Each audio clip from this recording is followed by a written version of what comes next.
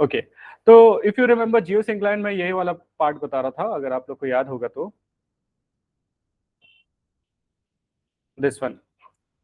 अब इस पिक्चर को देख के कोई एक्सप्लेन कर सकता है कि what is geosyncline, what is happening here? Abul?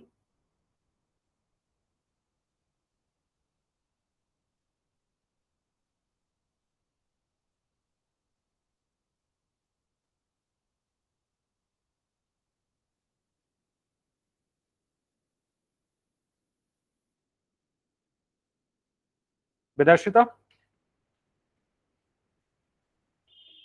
Yes sir. What is happening here in sir this वो पिक्चर? सी में वो सेडिमेंट जमा होते होते मतलब, और वो तब मतलब वो माउंटेन हो जाता है ना वो वाला। हाँ, तो ये जैसे सेडिमेंट्स डिपॉजिट हो रहे हैं, इसमें जमा होते जा रहे हैं, हम्म। तो ये क्यों स्क्वीज्ड अप हो जा रहे हैं? What is happening, why it is getting squeezed up? Sir वो मतलब जो टेक्टोनिक प्लेट्स के मूवमेंट की वजह से। ओके, चलो, टेक्टोनिक प्लेट के मूवमेंट के कारण से ये स्क्वीज कर रहे हैं। Apart from this, is there any reason जिसके कारण से ये क्लोज आ रहे हैं? और कोई। देखो, सेडिमेंट्स का लोड भी तो बढ़ रहा है ना, हम्म। तो लोड बढ़ने से क्या होगा? वो नीचे जाएगा, हाँ। एंड ये दो प्लेट क्लोजर आएंगे, ये प्लेट और ये प्लेट क्लोजर आएंगे, isn't it? हाँ। And because of this, this sediments will get squeezed up, isn't it? हम्म। हाँ, इसके कारण से फोल्डेड हो जाएगा और फोल्ड माउंटेन बन जाएगा, and that was the concept. तो हम लोगों ने बोला था कि इसी तरीके से टेथिस सी के जियोसिंक्लाइन में हमारा हिमालय बना था, यूरल जियोसिंक्लाइन में यूरल माउंटेन बना था, रॉकीज के जियोसिंक्लाइन में same, and circum Pacific geosyncline में बहुत सारे आइलैंड, चेन ऑफ आइलैंड्स बने थे। तो यही था जियोसिंक्लाइन का कंसेप्ट जो मैंने आप लोगों को पूछा था लास्ट क्लास में, बताया था मैंने। अच्छा, can someone tell me what is the basic difference between fold mountain and block mountain?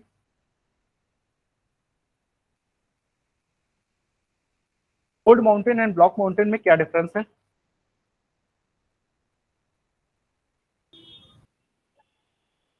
So fold mountain is formed due to convergent plate boundary and block mountain due to the divergent plate boundary.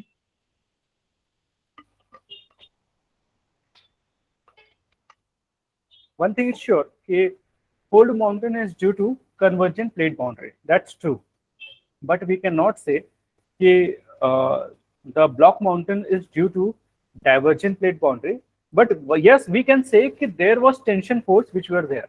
Tensional force के कारण से हुआ. It may be because of divergent plate boundary. It may be because of another reason. क्या होता है ना, जैसे कहीं पे कन्वर्जेंस हो रहा है तो यहाँ का सरफेस लेयर ऐसे ड्रैग्ड अप हो रहा है। अब देखो, दो सरफेस लेयर ऐसे था, अब इसको किसी ने खींच रहा है, या तो वो कहीं और जा रहा है, कन्वर्ज कर रहा है, तो क्या हुआ, अननेसेसरी बीच में स्पेस हो गया। तो दिस मिडिल का जो स्पेस है, it is not because of the certain divergent plate boundary, just because ये एक सिंगल प्लेट था, बट क्या हुआ, ये प्लेट का बाउंड्री नहीं था, बट क्या हुआ, ये वाला पोर्शन जो है टूट के अलग हो गया, जिसके कारण से सेकंड जो मिडिल का पोर्शन है वो नीचे गिर गया, जिसके कारण से क्या बना, ग्रेबन बना और ये होस्ट बना। तो what I wanted to say that it is not necessary कि at this place divergent plate boundary is there might be कि यहाँ पे कन्वर्जेंट प्लेट बाउंड्री था और वो इधर पे ड्रैग्ड अप हो गया, बट सिंगल जो रॉक का सरफेस था वो टूट गया, सिंगल जो रॉक का सरफेस था वो ब्रोकन अप हो गया। So that's why I cannot say divergent plate boundary in the case of block mountain. Is it okay? Yes, sir. है ना? देखो क्या है, मैं ये बॉटल जो है इसको मैंने खींचा, है ना, अगर मैंने खींचा तो ये टेंशनल फोर्स के कारण से हुआ, है ना, आई कैन से कि ये जो टेंशनल फोर्स के कारण से ऐसा था। बट बाय द वे, इसका टेंडेंसी था इधर जाने का, इसका टेंडेंसी था पूरा प्लेट के जाने का था, बट इसमें फ्रिक्शन पड़ रहा है, इसमें इतना फ्रिक्शन पड़ रहा है कि ये अंदर नहीं जा पा रहा है। अब क्या हुआ, बहुत ज्यादा फ्रिक्शन होने से क्या हुआ, ये वाला पोर्शन रह गया, ये पोर्शन अंदर अंदर चला गया। जैसे क्या हुआ, वो टाइटैनिक में क्या हुआ था, है ना, जो पोर्शन डूब गया वो डूब गया, पर वो पर ये वाला पोर्शन रह गया ना। तो वही चीज टेंशन फोर्स में हो रहा है। इसके बीच में टेंशन फोर्स क्यों क्रिएट हो रहा है, क्योंकि क्या है, ये वाला जो पोर्शन है ये कन्वर्जेंट में जा रहा था, कन्वर्जेंस में जा रहा था। तो उस केस में क्या मैं बोलूं कि ये डाइवर्जेंट प्लेट बाउंड्री है, No, it is not divergent plate boundary. It is a single plate only. Just because this portion was jagged up, ये ना उतना उसको रजिस्ट कर रहा था और इसके कारण से बीच में टेंशन फोर्स क्रिएट हुए. ठीक है ना, ये समझ आ गया? Yes, sir. यस, ठीक है. अब देखो फोल्ड माउंटेन में नए टाइप के न्यू माउंटेन्स भी हो सकते हैं, ओल्ड भी हो सकते हैं.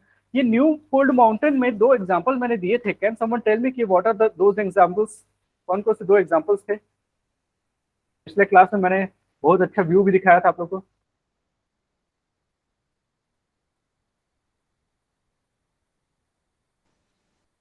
फोल्ड में, कौन सा? फोल्ड माउंटेन में. हाँ, फोल्ड माउंटेन में. एंडीज और रॉकीज आउट्स. नहीं, तो मैं ये पूछ रहा हूँ कि न्यू फोल्ड माउंटेन. हिमालय हमारा न्यू है.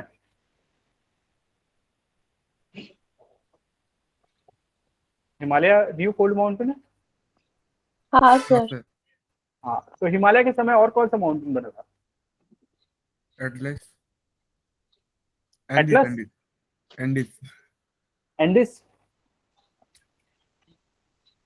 एंडिस कहाँ पे है? America, north America. तीनों के तीनों सब आंसर गलत कर रहे हो, एकदम सत्यानाश कर रहे हो ना. एक तो क्या है, हिमालय के टाइम पे एंडीज नहीं बना था, पहला चीज. और एंडीज जो है वो साउथ अमेरिका में है, नॉर्थ अमेरिका में नहीं है. Sir sorry. है, एकदम पूरा सत्यानाश कर दिया ना. नॉर्थ अमेरिका में रॉकीज माउंटेन है, साउथ अमेरिका में एंडीज माउंटेन है. और जो हिमालय के साथ बना था वो एल्प्स माउंटेन था. एल्प्स माउंटेन कहाँ था याद है? Sir, Europe. Switzerland. स्विट्जरलैंड के पास. ठीक है, जब ऐसा आंसर करोगे ना बताना मत मैं पढ़ाया था करके. ठीक है,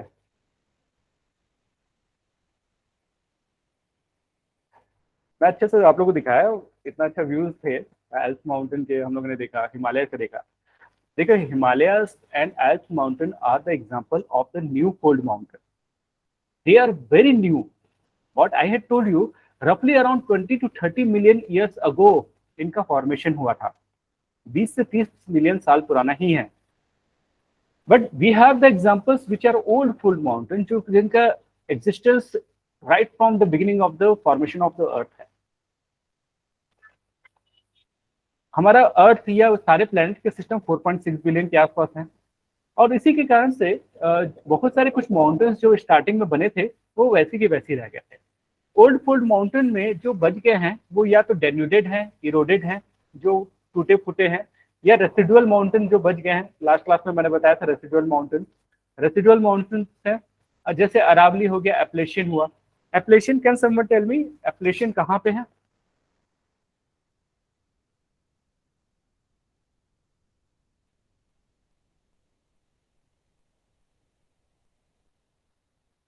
एप्लेशियन कहाँ पे है? Sir North America. Yes, North America. अब मैं ईस्टर्न साइड में जाऊं कि वेस्टर्न साइड में जाऊं?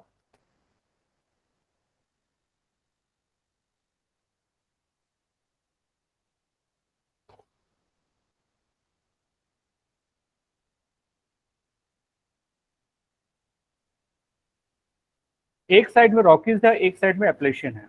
कौन सा साइड में एप्लेशियन जाऊं? क्या वॉशिंगटन साइड में जाऊं? ईस्ट में. हाँ, ईस्ट में सर. ईस्ट में.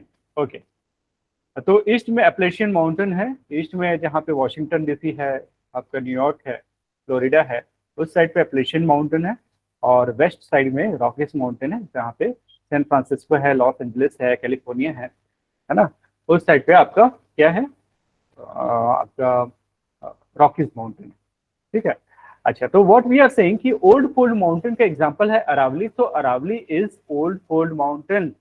You will have to remember it. हमारा जो अरावली है ये ओल्ड फोल्ड माउंटेन है. अच्छा, अब देखते हैं एरा के हिसाब से लेके जाएं, है ना. तो एरा के हिसाब से प्री कैम्ब्रियन, पैलियोजोइक, सीनोजोइक. ठीक है ना.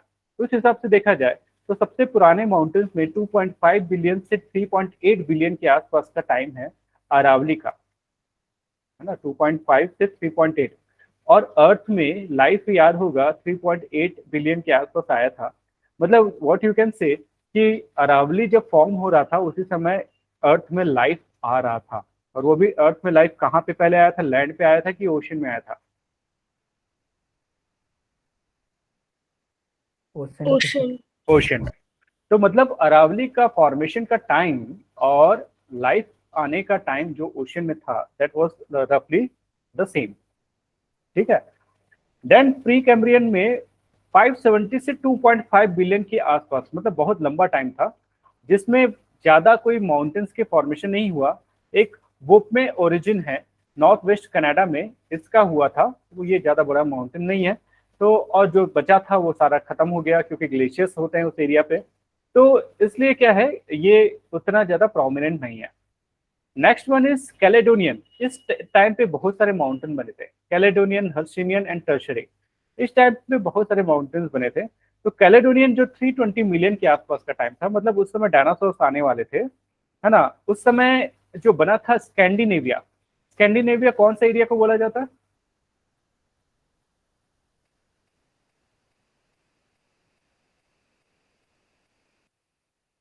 स्कैंडिनेविया जो एरिया है वो कौन सा एरिया है?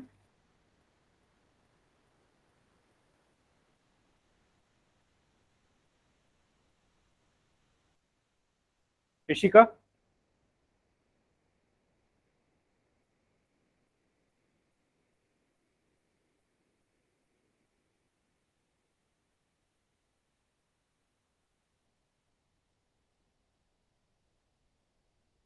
जीत?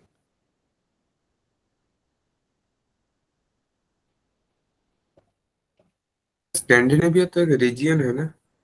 हाँ, स्कैंडिनेविया एक रीजन है जो हाईलैंड्स पे बना है। हाईलैंड्स मतलब जो वहाँ पे जहाँ माउंटेन्स टाइप के हैं स्ट्रक्चर। वो तो सर डेनमार्क नॉर्वे वो वाला। राइट राइट राइट, वही एरिया है, वही एरिया है। फिर से आते हैं गूगल अर्थ पे, आपको दिखाते हैं।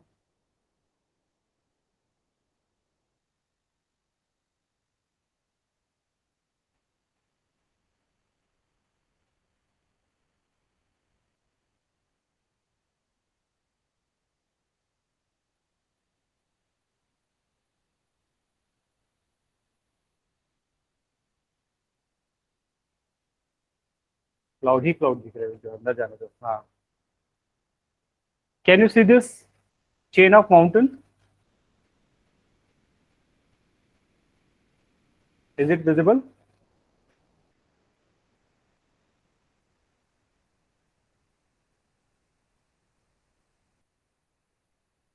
Can you see this? Ashmita, दिख रहा है? Yes, sir. यस। देखो ये है आपका स्कैंडिनेविया। देखो ये स्वीडन है, ये नॉर्वे है, तो दोनों को मिला के हो रहा है ना, दोनों कंट्री में स्प्रेडेड है। नॉर्वे का कैपिटल कौन सा है? हुँ? तो ये वाला माउंटेन्स के बारे में मैं बता रहा था। देखो ये व्हाइट दिख रहा है, मतलब क्या है? अगर व्हाइटिश दिख रहा है तो मतलब क्या है? Snow. Snow capped. ग्लेशियर्स है, स्नो है। ठीक है। और मैंने क्या बोला था, जो जहां पे भी व्हाइट होता है, इसका दो रीजन हो सकता है, या तो हाई एल्टीट्यूड पे है और हाई लैटिट्यूड पे है ना, दोनों में से कोई एक कंडीशन हो सकता है या दोनों कंडीशन हो सकता है। तो नॉर्वे एक ऐसा रीजन है जहां दोनों कंडीशन सेटिस्फाई कर सकता है। हाइट तो है, अल्टीट्यूड तो है, at the same time higher latitude भी है ना। क्योंकि नॉर्वे के कितना दूर में है, ज्यादा दूर में तो आपका फिर आर्कटिक आ गया। आ गया। हाँ ये, सॉरी यहाँ पे है ना, फिर तो आर्कटिक ओशन आ गया। मतलब क्या है, हमारा जो नॉर्वे है ये काफी पोलर रीजन के पास है, isn't it? है ना, तो ये हाई लैटिट्यूड पे भी है, हाई एल्टीट्यूड पे भी है। ठीक। तो ये स्कैंडिनेविया का जो टाइम है, स्कैंडिनेविया का जो आइलैंड है या स्कैंडिनेविया का जो हाईलैंड है, वो हमारे हिमालय से पहले बना है। Can we see this, can we say this कि हमारे हिमालय से पहले बना है ये?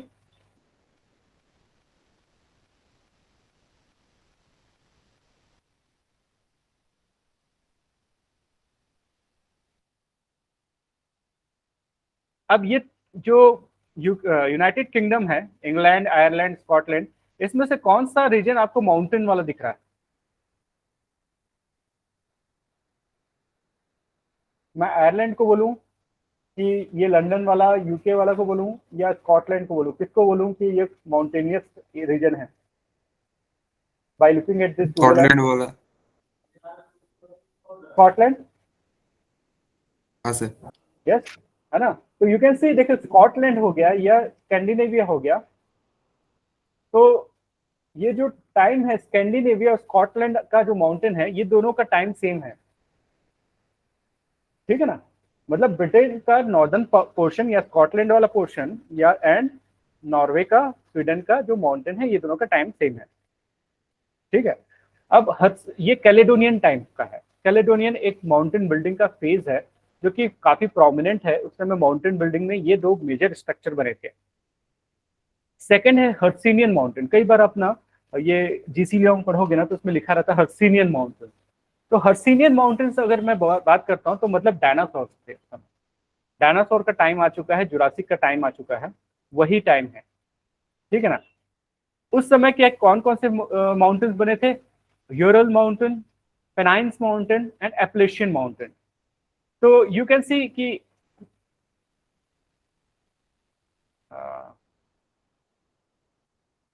हाँ, तो आपको मैं ये दिखाता हूँ, Ural mountain, Pennines and Appalachian. Appalachian तो आप लोग जानते ही हो।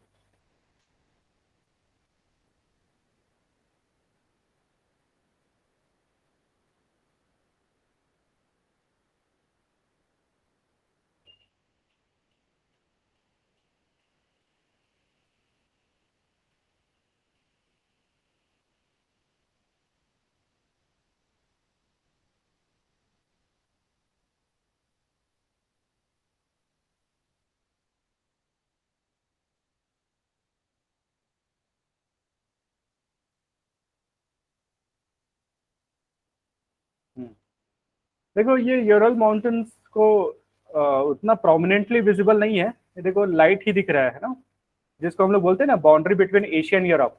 ये जो लाइन दिख रहा है ना, दिस इज यूरल माउंटेन। ये जो दिख रहा है ज्यादा प्रोमिनेंट नहीं दिख रहा है आपको, है ना? ये है यूरल माउंटेन।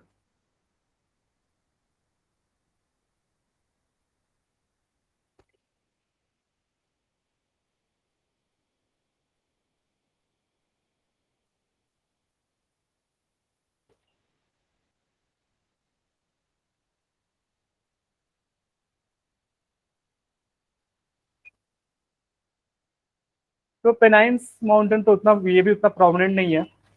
तो हर्सिनियन जो माउंटेन था 240 मिलियन के, जब डायनासोर का टाइम है, तो ये यूरल माउंटेन सबसे ज्यादा इंपॉर्टेंट है इसमें से, है ना? एशिया और यूरोप का बाउंड्री बनाता है, ठीक है ना? तो वो यूरल माउंटेन से। Next is tertiary. Tertiary mountain का जो टाइम था 65 मिलियन के बाद चालू हुआ, मतलब जब डेक्कन का लावा का प्लेटू बन गया था उसके बाद जो चालू हुआ, और वो था सबसे important phase of the mountains which are Alps, Rockies, Andes and Himalayas. It doesn't mean कि other mountain building phase were not important. Just because they are not visible now, we are not saying it is important. समझ रहे हो ना?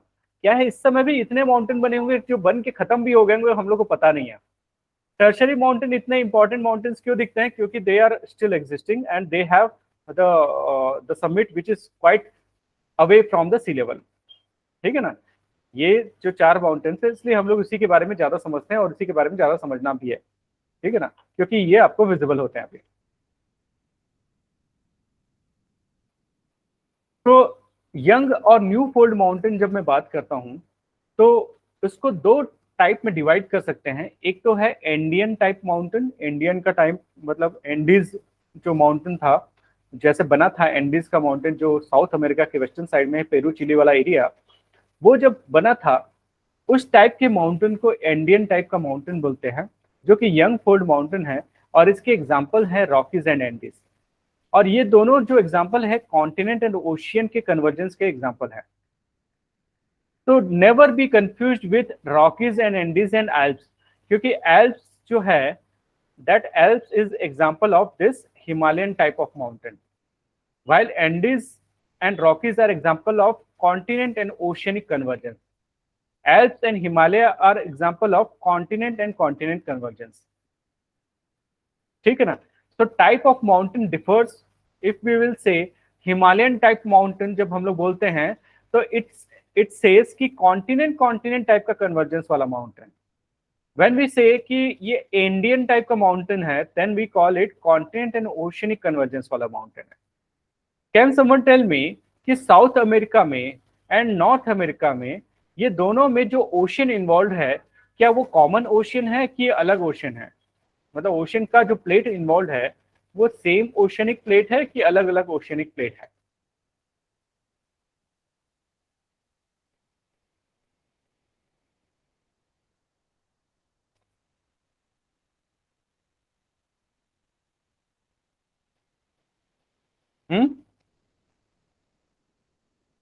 मेरा question ये है I think same होना चाहिए।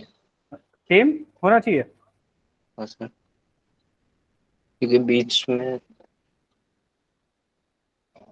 Atlantic ocean,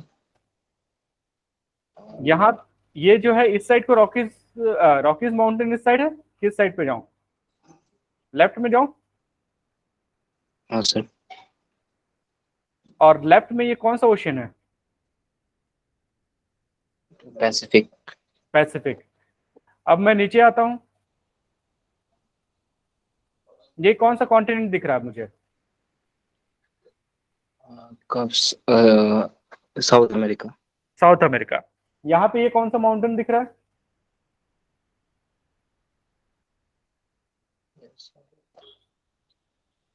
Andes. एंडीज। तो एंडीज एंड रॉकीज, ये ऊपर में रॉकीज दिख रहा है, नीचे एंडीज दिख रहा है। हम्म। ये दोनों कंडीशन में जो प्लेट है ओशियन का वो कौन सा प्लेट होना चाहिए? ये पैसिफिक वाला। पैसिफिक प्लेट हाँ। है कि नहीं? पैसिफिक प्लेट है। अच्छा, पैसिफिक प्लेट तो है, बट हम लोगों ने इस जगह पे बोला था कि एक छोटा प्लेट है, मेजर प्लेट ना होके एक माइनर प्लेट है जिसको नाज़का प्लेट बोलता है, इफ यू रिमेंबर। यहाँ पे नाज़का प्लेट है और जबकि यहाँ पे पैसिफिक प्लेट ही है, ठीक है ना?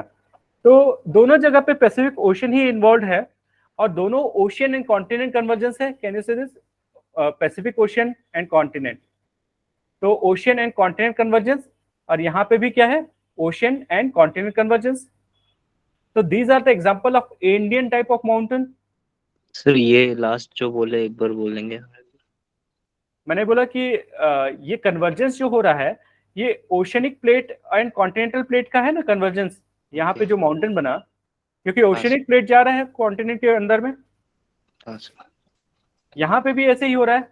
कहाँ गया? रॉकीज के पास भी ओशनिक प्लेट जा रहा है कॉन्टिनेंट के अंदर में। इसके हाँ कारण से you can C deep blue वाला लाइन दिख रहा है ना? डीप ब्लू लाइन क्या दिखाता है? Deeper area of the ocean. Okay. हाँ, देखो ये भी डीप ब्लू लाइन दिख रहा है आपको? यस।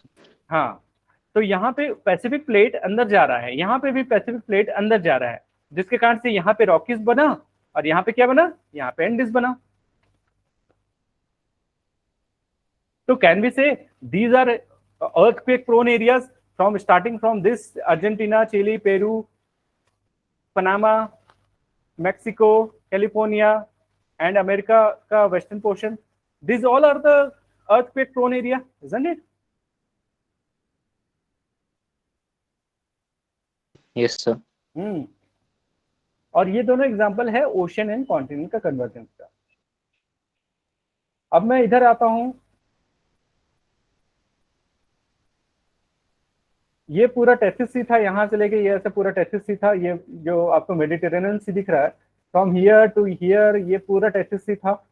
इंडिया इससे स्ट्राइक किया, ये जो क्या बोलते हैं अफ्रीका जो है, अफ्रीका इधर स्ट्राइक किया, इटली ऐसे स्ट्राइक किया, इटली ने स्ट्राइक किया, तो ये क्या बना? ये कौन सा माउंटेन बना? ये अल्प्स माउंटेन बना। यहाँ पे एटलस माउंटेन बना इस जगह पे मोरक्को के पास, और यहाँ पे हिमालय बना। ठीक है, इसके अलावा यहाँ पे भी कैराकस माउंटेन्स और कुछ कुछ माउंटेन्स है यहाँ पे, इस जगह पे भी। आपको मैं दिखाता हूँ, देखो ये माउंटेन का चेन दिख रहा है? हाँ सर। ये पैच लाइन है, ये पैच लाइन है किसका किसका? ये यूरेशिया ऊपर में जो था और नीचे के जो प्लेट है ये सब ऊपर में जाके टकराया था, तो this one is the patch line.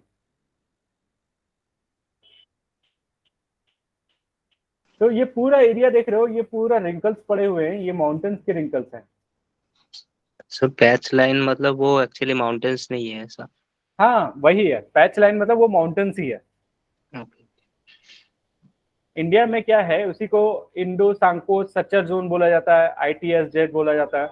जब आप कहीं ये सब में पढ़ोगे तो आपको समझ आएगा, कभी अगर डिटेल में इंडियन ज्योग्राफी पढ़ोगे तो उसमें ये भी पैच लाइन ही है, देख रहे हो तो ये दोनों के बीच का पैच है, यूरेशिया और इंडिया के बीच का ये पैच लाइन है, ये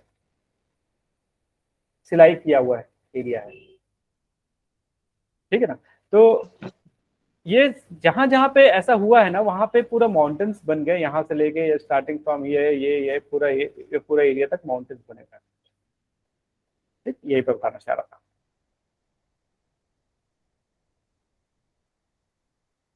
तो इकोनॉमिक सिग्निफिकेंस ऑफ माउंटेन्स के बारे में हम लोग डिस्कस कर लिए हैं, काफी अच्छे से डिस्कस किए हैं। बस एक ही चीज नहीं बताए थे, पॉलिटिकल फ्रंटियर का भी काम करता है ना माउंटेन, कोई ऐसा एग्जांपल दे सकते हो कि पॉलिटिकल फ्रंटियर का काम कर रहा है हमारा कोई माउंटेन, या पूरे वर्ल्ड का कोई माउंटेन पॉलिटिकल फ्रंटियर का काम कर रहा है?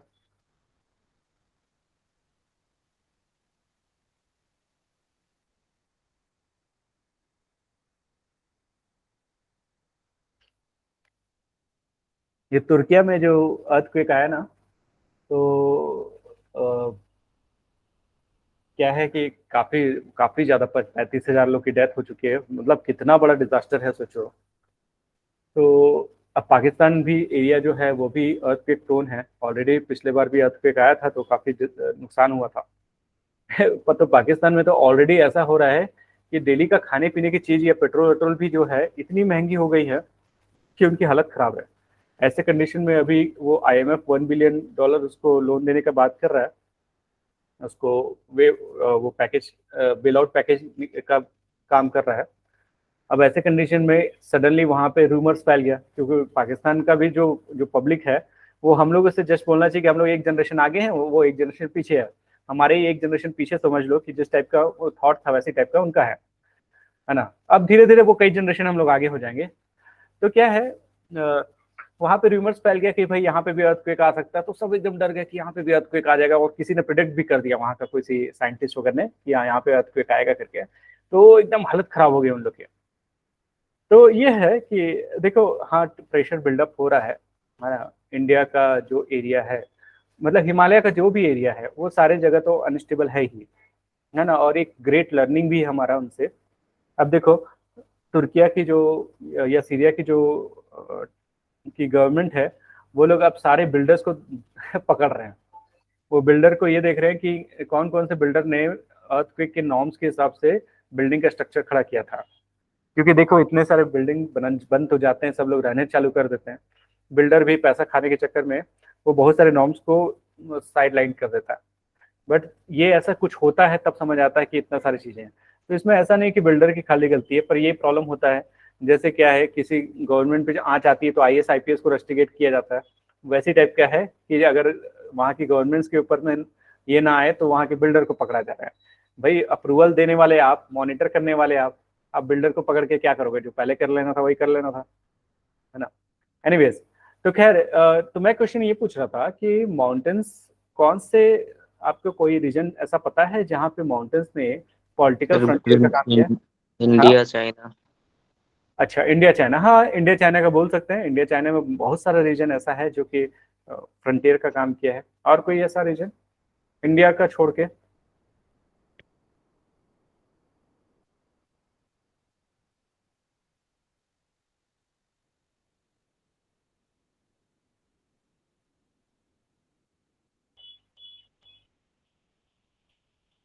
अच्छा, तो क्या करो, आप मुझे कुछ एग्जांपल्स फाइंड आउट करके दो, है ना। It is an exercise, it will help you कि which of the regions which are the political frontiers, मतलब ऐसे कौन से नेचुरल रीजन्स हैं जो कि पॉलिटिकल फ्रंटियर का काम करते हैं, ठीक है ना। तो उसका मुझे कुछ एग्जांपल्स आप लोग देना। क्लाइमेट में इफेक्ट है माउंटेन्स का?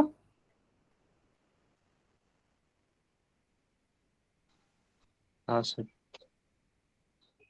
नहीं है? है सर। है ना। हाँ, हमारा इंडिया का तो पूरा जो क्लाइमेट है वो तो वही डोमिनेंट है, इजंट इट? मतलब हिमालयन डोमिनेंट है, हिमालयन एंड मानसून डोमिनेंट है। ये दो तो डिफाइन करते हैं हमारे इंडिया का जो क्लाइमेट है।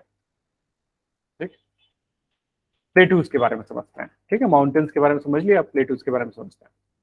तो प्लेटू और माउंटेन में क्या डिफरेंस था कि प्लेटू एंड माउंटेन दोनों ही एलिवेटेड एरिया है, it is also elevated area, और ये भी एक्चुअल में एब्रप्टली राइज होता है, स्टीप स्लोप होता है, but it is leveled at the top, it is leveled at the top. What does it mean, Ashmita? Yes, sir. If I am saying कि mountains and plateaus दोनों ही elevated area है, and I am saying कि दोनों ही steep slope के हैं। steep slope समझते हो ना, तेज ढाल, ऐसा तेज ढाल। But plateaus are having the leveled land on its top, while mountains are having a summit on its top. So this means that in plateaus, वो जो peak होता है mountains के, in plateaus there is no peak. In fact, the top part is broad. Yes. And in mountains, it has a specific peak. Yes. So that's what sir it means. That's what it wanted to say, है ना, यही तो है। ठीक है, तो ये जो प्लेटूज है इसको मैं टेबल भी बोल सकता हूँ, लाइक अ टेबल। अगर माउंटेन को मैं बोलूँ, आई थिंक माउंटेन बोल सकते हैं, लेकिन इसका जो है मतलब टेबल का तो ये पहिया सीधा होता है, राइट, लेकिन ये थोड़ा स्लैंट है। अरे कहीं कहीं बेंड हो जाता है ना, तो क्या है, हाँ सर, कहीं तो वैसा वाला है।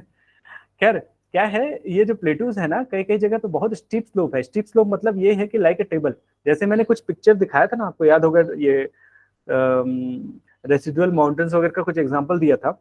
तो रेसिडुअल माउंटेन्स में अगर कोई पीक को हटा दे, प्लेन हो गया, तो वो प्लेटूज टाइप का है। बट एक चीज है, प्लेटूज के ऊपर का एरिया बहुत वाइड होता है, मतलब जैसे प्लेन ऑन द टॉप समझ लो। अगर वही प्लेन अगर वो टॉप पे चला जाए तो वो प्लेटू बन गया, यही मैं बताना चाह रहा हूँ। ठीक है ना, तो yes I can say it is table land भी मैं बोल सकता हूँ उसको, या तो हाई प्लेन्स, ऐसा प्लेन जो हाई एल्टीट्यूड पे बना है, हाँ हाई एल्टीट्यूड पे बना है। तो प्लेटूज रफली 18% ऑफ द अर्थ का लैंड सरफेस ये करता है, कवर करता है। तो if someone remember कि the same kind of figure we had given at the time of mountains, so which one I'll say कि whether the plateaus cover largest area of the earth or mountains cover largest area of the land?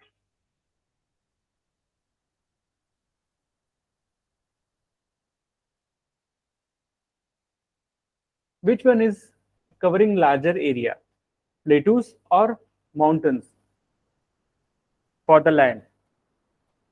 So mountains. तो mountains कितना था, कुछ याद है? 27% around. Good, ठीक है ना। यस, तो कंपेयर टू प्लेटूज, माउंटेन्स ज्यादा प्लेस ऑक्यूपाई करके रखे हैं। प्लेटूज आर लाइक दिस, देखो आपको दिख रहा है ना, vertical slope and then plain दिख रहा है ऊपर में। ठीक, तो प्लेटूज के कई टाइप हैं। Plateaus can be intermount. हाँ बोलो सर, प्लेटूज कैसे बनते हैं?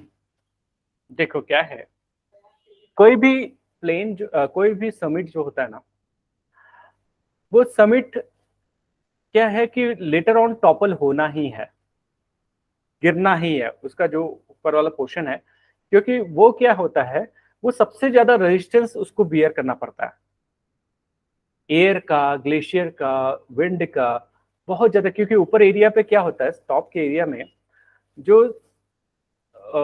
विंड होती है बहुत स्पीड से बहती है। क्यों? क्योंकि फ्रिक्शन नहीं रहता रास्ते में। यू माइट हैव ऑब्जर्व कि हायर फ्लोर पे जब रहते हैं हम लोग, ऊपर के फ्लोर में, तो ज्यादा हवा अच्छी चलती है, लोअर के फ्लोर में उतना अच्छे से हवा नहीं चलती है। और वही चीज सोचो, आप एकदम टॉप पे चले जाओ तो किस लेवल का स्पीड से विंड चलती होगी।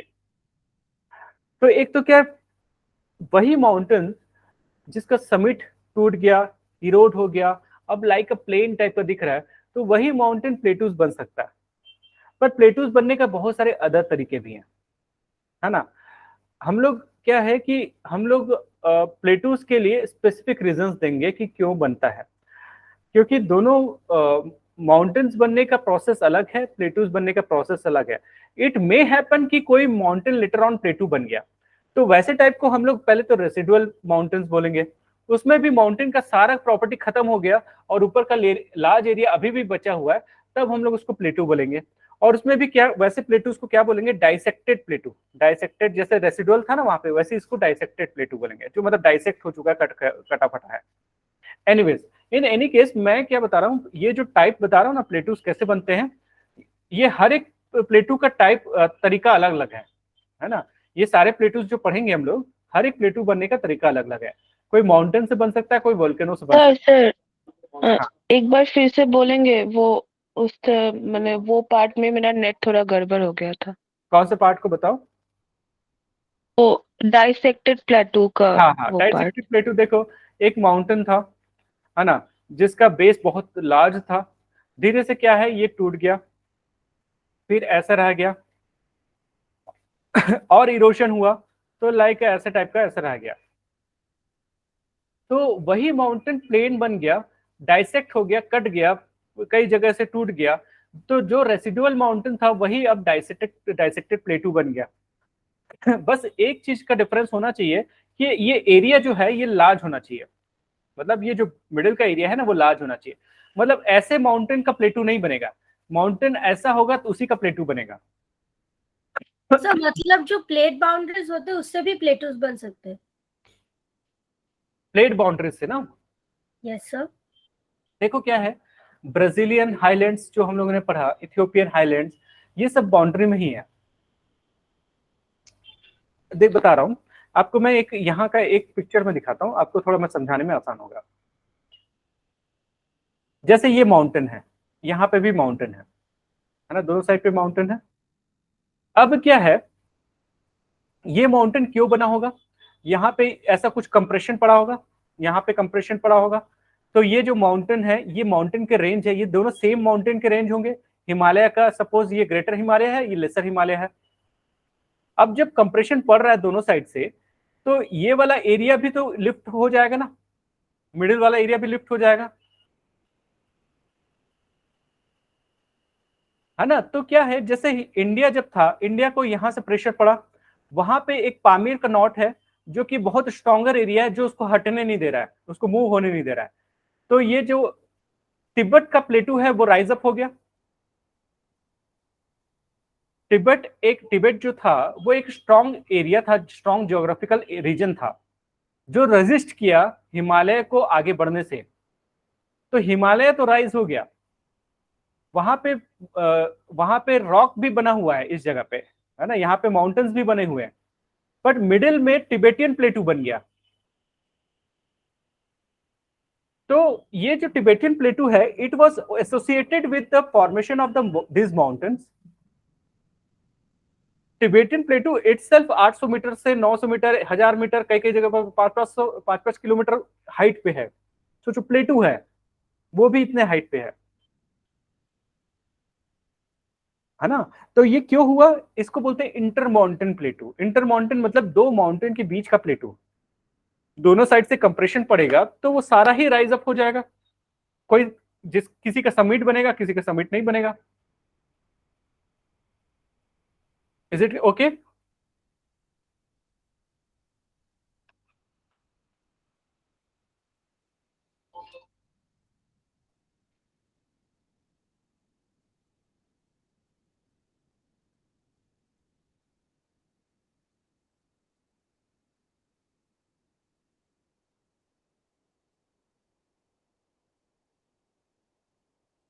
ये जो व्हाइटिश दिख रहा है ये माउंटेन्स है, जितना व्हाइटिश दिख रहा है ये माउंटेन्स है, ये यहां से यहां तक।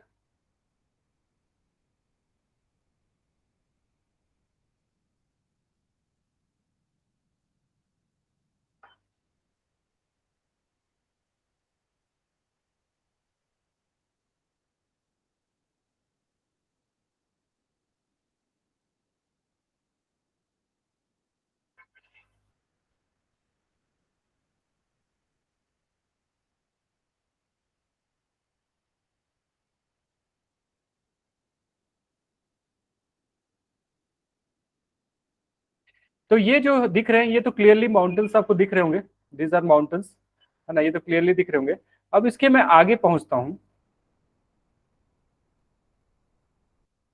देखो दीज आर प्लेटूज। अब माउंटेन्स से धीरे से हट के ये प्लेटूज बनते जा रहे हैं। उसमें भी और अच्छे प्लेटूज में देखा जाए तो जो ऑलमोस्ट प्लेन टाइप के हैं, यहाँ पे धीरे से आपको देखो प्लेनर टाइप के प्लेटूज दिख रहे हैं। यहाँ पे कोई ग्रीनरी नहीं दिख रही आपको, सारे प्लेटूज हैं। अब देखो और प्लेन टाइप का दिख रहा है यहाँ पे, है ना।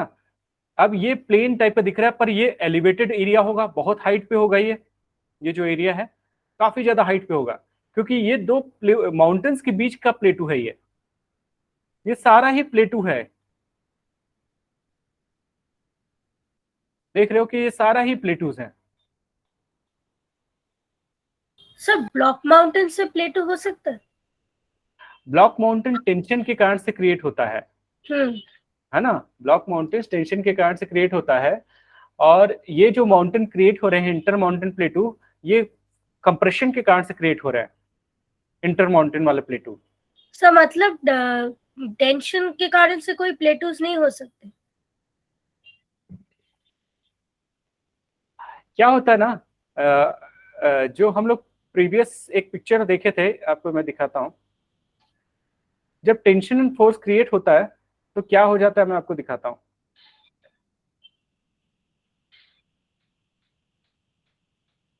जब टेंशन फोर्स क्रिएट होता है ना, तो इस टाइप का समिट बन जाता है। तो इसको हम लोग प्लेटू में कंसिडर नहीं कर सकते, है ना। वैसे क्या है, ये भी ऐसा होगा, ये भी यहाँ पर भी आपको समिट जैसा दिखेगा, इस जगह पे भी ऐसे करके समिट जैसा दिखेगा, क्योंकि ये भी ऐसे टिल्टेड हो जाएगा। आप इधर से खींचे, इसको इधर से खींचे तो ये ऐसे मूव कर गया, ये रोटेशन ऐसा हो गया, तो ये लाइक समिट दिखने लगता है। और हम लोगों ने बोला है कि समिट जहां पे भी होता है वो प्लेटू नहीं होता। और सर वो जो नीचे ग्रेवल वाला पोर्शन है which always like gives rise to the rift valley, वो कभी प्लेटूज नहीं हो सकते? हाँ, ये हो सकता है, ये फ्यूचर में बन सकता है, अगर ये इस पे अपलिफ्टमेंट का कोई फोर्स रेजुविनेट हो जाता है या कोई अपलिफ्टमेंट का अंदर से एंडोजेनिक फोर्स आता है। अगर ये बनेगा तब यही प्लेन बनेगा, यही प्लेन जो है वही प्लेटू बनेगा फ्यूचर में। पर ये दोनों नहीं बनेंगे, यही बन सकता है, क्योंकि इसमें कहीं समिट नहीं है। rift valley can become a plateau later on? हाँ, rift valley can become प्लेटू। In fact मैं आपको कुछ और प्लेटू का टाइप बताऊंगा ना, तो आपको समझ आ जाएगा कि कैसे उस वैली से भी प्लेटू, इवन ओशियन से भी प्लेटू बन सकता है, अगर force of upliftment is there. Okay sir. हाँ, वैली मतलब फिर लेटर ऑन नेसेंट ओशियन बनेगा। नेसेंट ओशियन मतलब ओशियन बन जाएगा। ओशियन बनेगा, उसमें कोई अपलिफ्टमेंट का फोर्स आएगा, वो ऊपर बन गया। तो जब ओशियन का सरफेस ऊपर चला जाएगा तो उसको मैं माउंटेन तो बोलूंगा नहीं, उसको मैं प्लेटूज बोलूंगा, क्योंकि ओशियन का प्लेन है वो। ठीक है ना।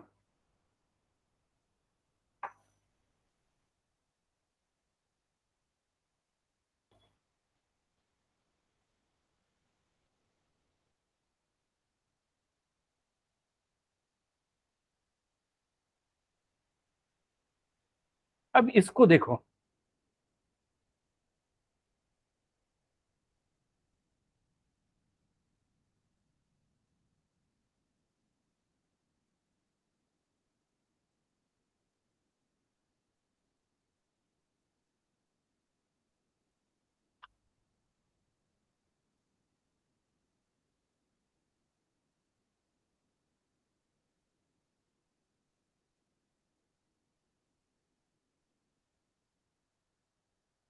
ये इसको देख के आपको क्या समझ आ रहा है, ये प्लेटूज है कि डेजर्ट है ये?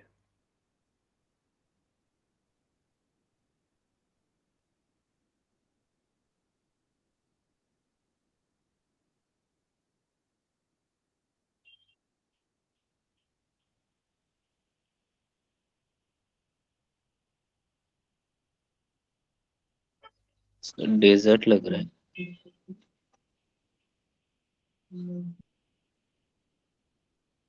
ये जो ऐसा दिख रहा है, ये ऐसा इस टाइप का, ये क्या है? ये सैंड। सैंड है ना। अब इसी को देखो, अब ना आप जब ऊपर से देखना चालू करोगे, मैं तो उसको देख के दूर से ही पहचान गया था, पर अब आप लोग का विजन देखो, देखते ही आपको समझ आ जाएगा। जब से ही मैं पीछे जाऊंगा,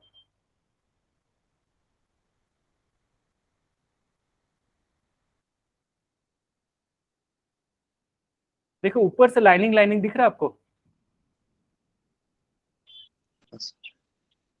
अब मैं इसी टाइप का फीचर अगर मैं इंडिया में देख लूं,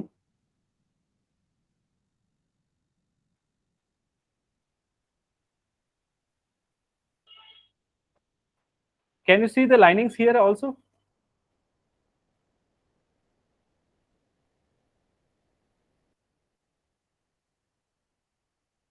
सर ध्रियांश बोलते हैं इसको, ध्रियांश, ठीक है ना, ध्रियांश, जैसलमेर दिख रहा है ना। तो आप इसको देखो ऊपर से देख के आपको समझ आ जाएगा दिस इज डिजर्ट, कि ये माउंटेन है कि ये प्लेटू है, ठीक है, देख के ही समझ आ जाएगा। देखो ये अलग से प्लेटू दिख रहा है, दिस वन, ये अलग से माउंटेन दिख रहा है, ये व्हाइटिश दिख रहा है ना, ये अलग से माउंटेन्स दिख रहा है, और यहाँ पे अलग से डेजर्ट दिख रहा है ना। यही है मैप देखने का तरीका आना चाहिए, वो वाली आईज होनी चाहिए। प्लेटू कौन सा बोला सर, कैसे? ये जो दिख रहा है देखो, ये सारा रीजन जिसमें कहीं पे भी व्हाइटिश नहीं दिख रहा है, ओके है ना, व्हाइटिश नहीं है, या ऐसे रिंकल्स देख रहे हो, रिंकल्स ऐसे पड़े रहते हैं माउंटेन के रेंजेस में ना, ऐसे रिंकल्स होते हैं, लाइनिंग्स, और उसके साथ अगल बगल में वो आपको व्हाइटिश व्हाइटिश दिखता रहेगा। पर एट दिस प्लेस आपको यहाँ पे ऐसा कुछ नहीं दिख रहा है, इसमें रिंकल्स नहीं दिख रहे हैं आपको। प्लेटूज में, प्लेटूज लाइक प्लेन होता है, पर वो ब्राउनिश दिख रहा है क्योंकि वहां वेजिटेशन नहीं है। अब इंडिया में देखो, इंडिया में और भी जगह है जहां पे प्लेटूज के बारे में हम लोग बहुत जानते हैं, जैसे रांची प्लेटू,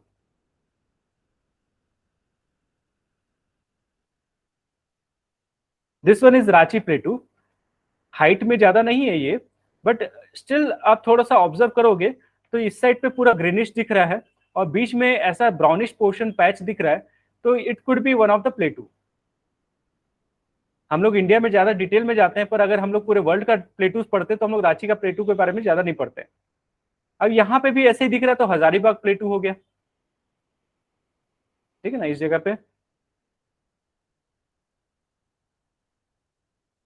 ये हजारीबाग प्लेटू हो गया।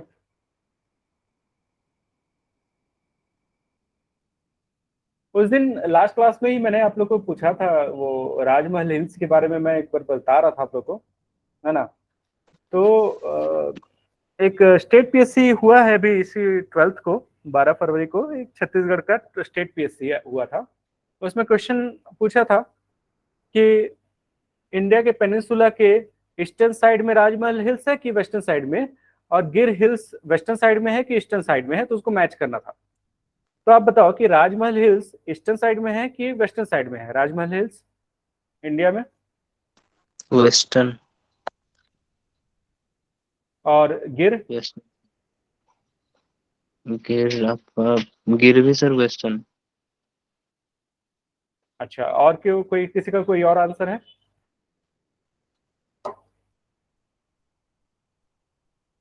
प्रीवियस क्लास में हम लोगों ने डिस्कस किया था।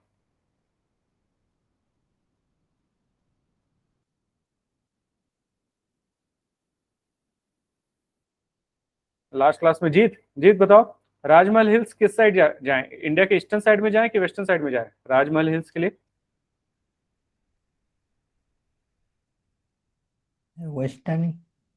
वेस्टर्न साइड में जाएं।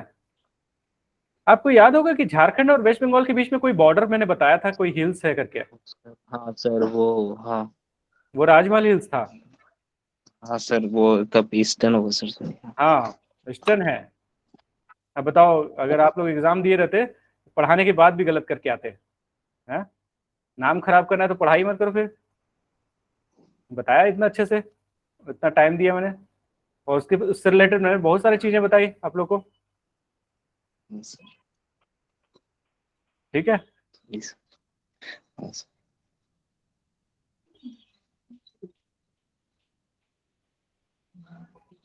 तो इंटर माउंटेन प्लेटू के बारे में हम लोग ने समझा था। इंटर माउंटेन प्लेटू ऐसा माउंटेन है, ऐसा प्लेटू है जो स्टक हो गया है दो माउंटेन के बीच में, ठीक है ना, जो स्टक हो गया है दो माउंटेन्स के बीच में। पिडमोंट प्लेटू, पिडमोंट प्लेटू क्या है? Plateaus which are situated at the foot of the mountains and is locked on the other side by a plain or sea of the ocean. Piedmont का literal meaning होता है foot of the mountain. It is also called plateaus of denudation. क्या है, देखो क्या है, मैं देखो again it is associated with mountains. यानी मैं यही चीज बताना चाह रहा था आपको कि एक माउंटेन्स के, दो माउंटेन के बीच में फंस गया तो वो इंटर माउंटेन प्लेटू हुआ। अब इसी माउंटेन के डेब्रिज गिरते रहेंगे, टूटते रहेंगे, यहाँ पे डेन्यूडेशन होता रहेगा, तो इस जगह पे जो प्लेटू राइज अप हो जाएगा, इस जगह पे प्लेटू बन जाएगा, उसको पिडमॉन्ट प्लेटू बोल रहे हैं।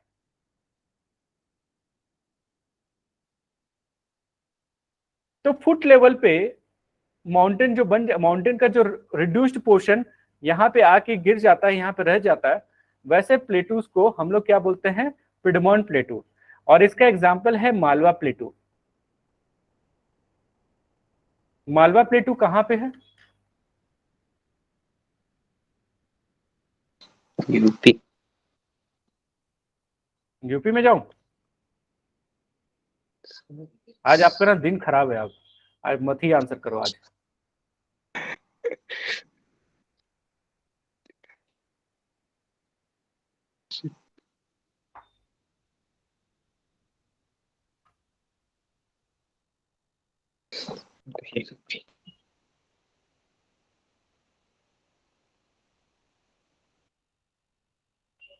दिस इज मालवा हिल्स, ठीक है, एमपी, ठीक है, ये मालवा हिल्स है।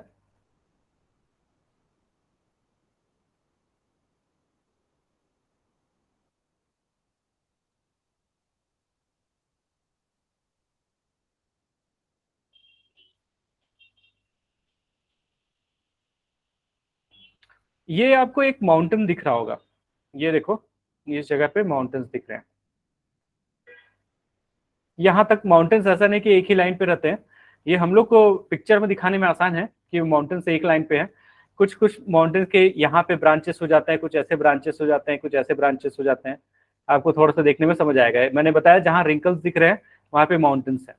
अब ये व्हाइटिश नहीं दिख रहा है क्योंकि इतना हाइट पे यहाँ पे होगा नहीं। यहाँ पे जो माउंटेन्स है विंध्य सतपुड़ा माउंटेन्स है। इसके टूटने के कारण से, इसके डेब्रिज के कारण से इस जगह पे मालवा जो एरिया है यहाँ पे डिपोजिशन हो गया। क्या है कि यहाँ से बहुत सारे रिवर्स हैं जो कि ड्रेन करती हैं और ड्रेन कर करके यहाँ पे डिपॉजिट कर देती है, जिसके कारण से यहाँ पे प्लेटू बन गया। और ये प्लेटू को हम लोग बोल रहे हैं पिडमॉन्ट प्लेटू, जो कि foot hills of Vindhya and Satpura में बना है। Foot hills of Vindhya and Satpura, तो ये इसका एग्जाम्पल है आपका मालवा प्लेटू। मालवा प्लेटू यू कैन सी अलग से ये दिख रहा है आपको, थोड़ा सा ब्राउनिश पैच दिख रहा है इस एरिया पे, है ना, पूरा ब्राउनिश पैच दिख रहा है। तो इस तरीके से एमपी का north western portion is an example of Malwa plateau. Then continental plateau. अब जैसे हवाईयन आइलैंड को देखोगे तो हवाईयन आइलैंड जो बना है लगातार वोल्केनिक इरप्शंस के कारण से बना है। There are continuously eruptions of the volcanoes from the beneath of the we can say Hawaiian island। Hawaiian island के नीचे से आ रहा है। अब Hawaiian island continuously it is getting erupted, and because of that the huge lava is getting flow, and because of that because of the continuous deposition and accretion of the volcanic lava, वहां पे plateaus का formation हो जाएगा। At those locations plateaus का formation हो जाएगा। और ये एक प्लेटू का फॉर्मेशन ऐसा है जो इसके दोनों साइड में सी है। सी है, क्यों सी है? क्योंकि वो आइलैंड का फॉर्मेशन बना ही है वो लावा का फॉर्मेशन के कारण से। अगर आपको वो पिक्चर याद होगा कि एक ओशन के अंदर में कंटिन्यूसली लावा फ्लो हो रहा था, गिरता जा रहा था, गिरता जा रहा था। लेटर ऑन क्या होगा, वो सी का लेवल इस लेवल पे आ जाएगा कि वो उससे ऊपर हो गया, सी लेवल से ऊपर चला गया, और डिपोजिशन होगा तो वो प्लेटू बन जाएगा। अगर उस टाइप का प्लेटू जब बन जाता है तो हम लोग बोलते हैं कि ये कॉन्टिनेंटल प्लेटू है। कॉन्टिनेंटल प्लेटू बनने का दो तरीका होता है, या तो वो वोल्केनिक इरप्शन के कारण से बना जिसमें बेसिक लावा इन्वॉल्व होगा। बेसिक लावा मैं क्यों बोल रहा हूँ, क्योंकि एसिडिक लावा ऐसा नहीं होता, एसिडिक लावा कोनिकल होता है।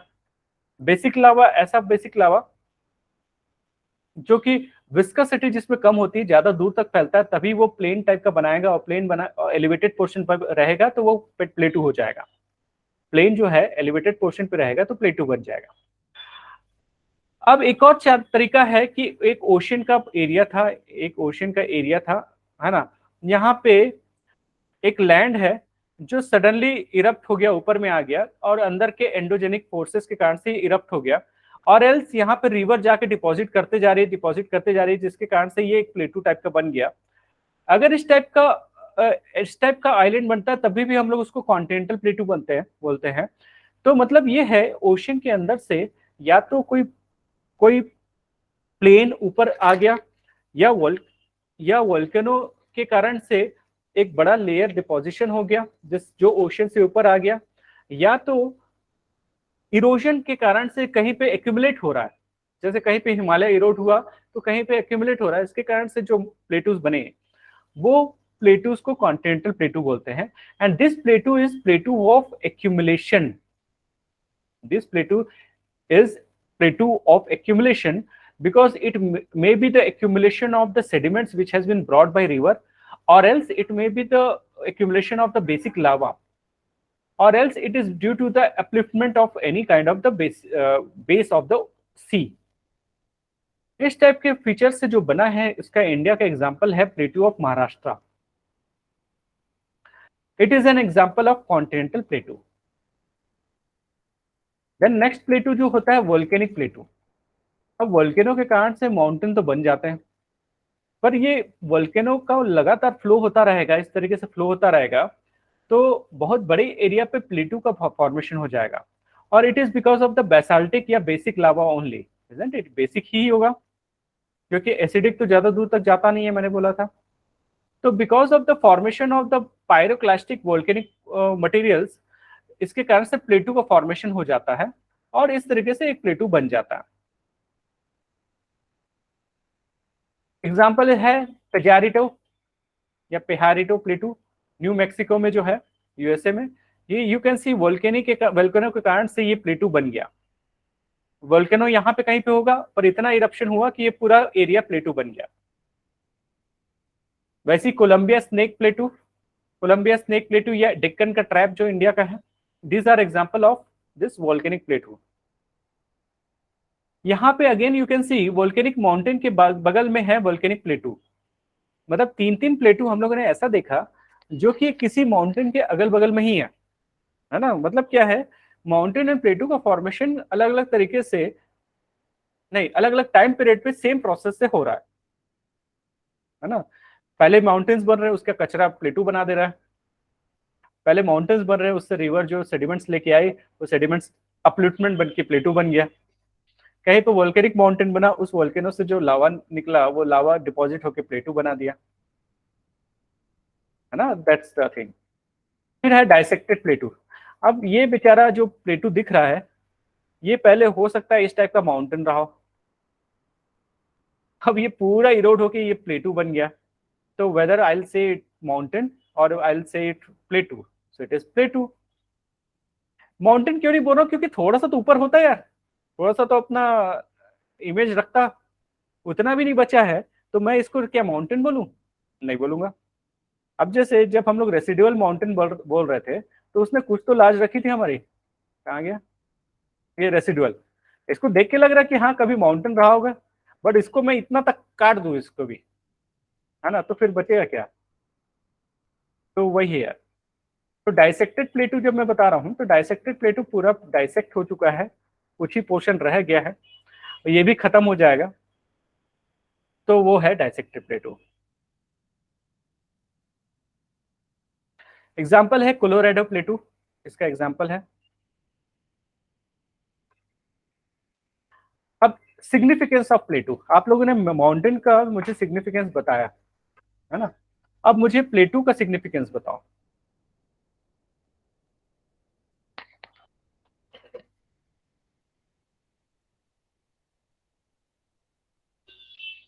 प्लेटू का सिग्निफिकेंस बताओ मुझे।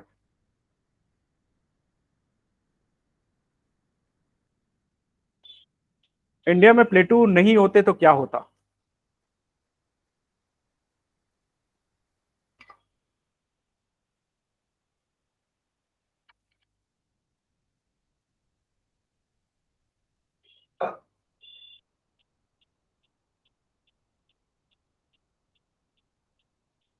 शेखर, आज वैसे आपका दिन खराब है पर फिर भी मुझे बताओ।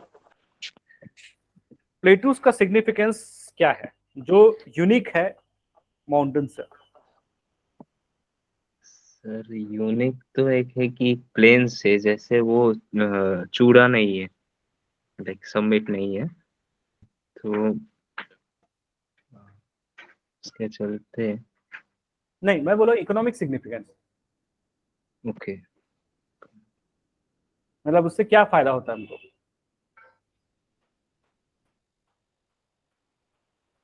सर मिनरल्स मिलता है। किसने आंसर किया? मैंने।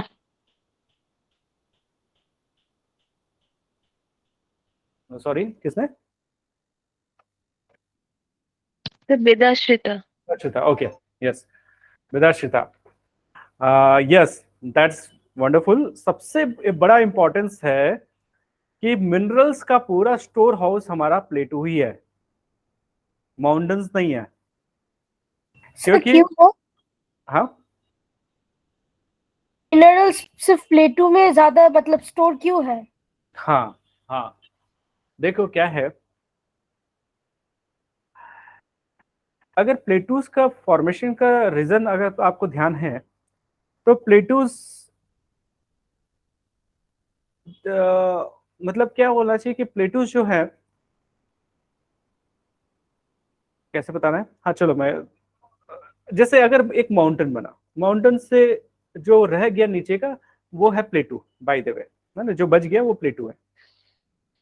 तो अब ये बताओ कि हैवी मेटल्स या मिनरल्स किसी भी पीक में मिलते हैं कि बेस में मिलते हैं? किसी माउंटेन में हो जाए या किसी भी एलिवेटेड पोर्शन में, जो मेटेलिक एलिमेंट है, मिनरल्स हैं, वो टॉप पे मिलने चाहिए कि बेस में मिलने चाहिए?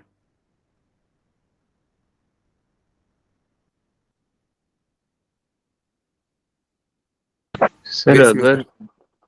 वोल्केनिक से ये वहाँ बेस में तो मिलना चाहिए, लेकिन वोल्केनिक से अगर हुआ होगा तब तो बाहर भी मिल सकता है, लाइक फिर अपर। भी अगर वोल्केनो से भी बना है, तो वोल्केनो का लावा है, उस लावा में हैवियर चीज नीचे रहेगा कि हैवियर चीज ऊपर में रहेगा? जैसे वो नीचे लावा में रहेगा। तो सिलिका भी होगा, isn't it? हाँ सर। उस लावा में बहुत सारे गैसेस, वाटर का कुछ स्टीम वगैरह, और बहुत टाइप के मतलब बोलना चाहिए कि सल्फर के मटेरियल, सिलिका के मटेरियल्स बहुत टाइप के होंगे। अब अगर उसको सॉलिडिफाई होना है, तो हैवियर चीज नीचे जाएगा कि हैवियर चीज ऊपर में रहेगा? नीचे जाएगा सर। नीचे रहेगा। इवन माउंटेन को भी मैंने हटा दिया ना, तो जो जो बचेगा वो बहुत अच्छा रहेगा। पर हम लोग क्या है, सीधा माउंटेन को नीचे से डिग नहीं कर सकते, क्योंकि इसका दो रीजन है। क्योंकि ये टेक्नोलॉजिकल वायबल नहीं होता, और दूसरा इकोनॉमिकली फिजिबल नहीं होता।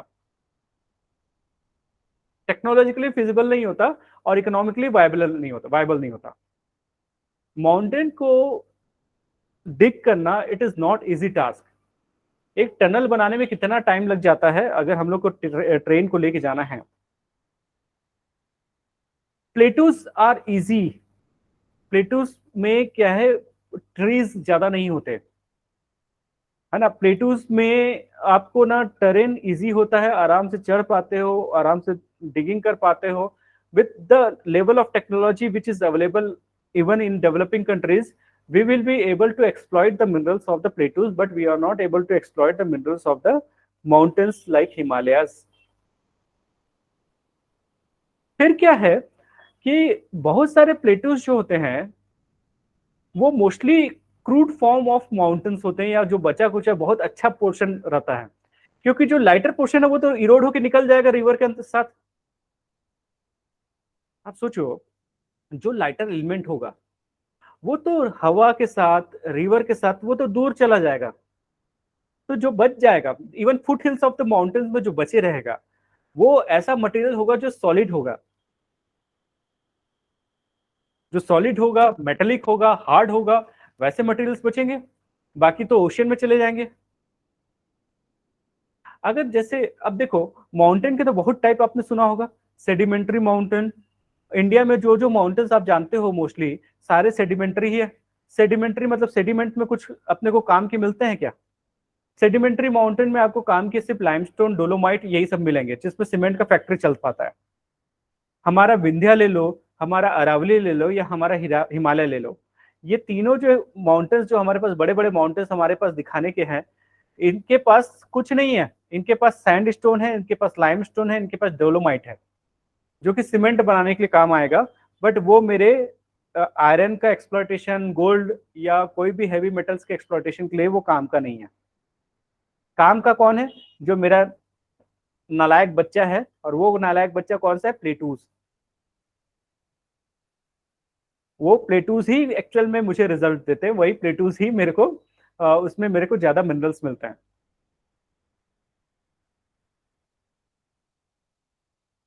तो ये रीजन है जिसके कारण से प्लेटूज में ज्यादा मिनरल्स मिलते हैं।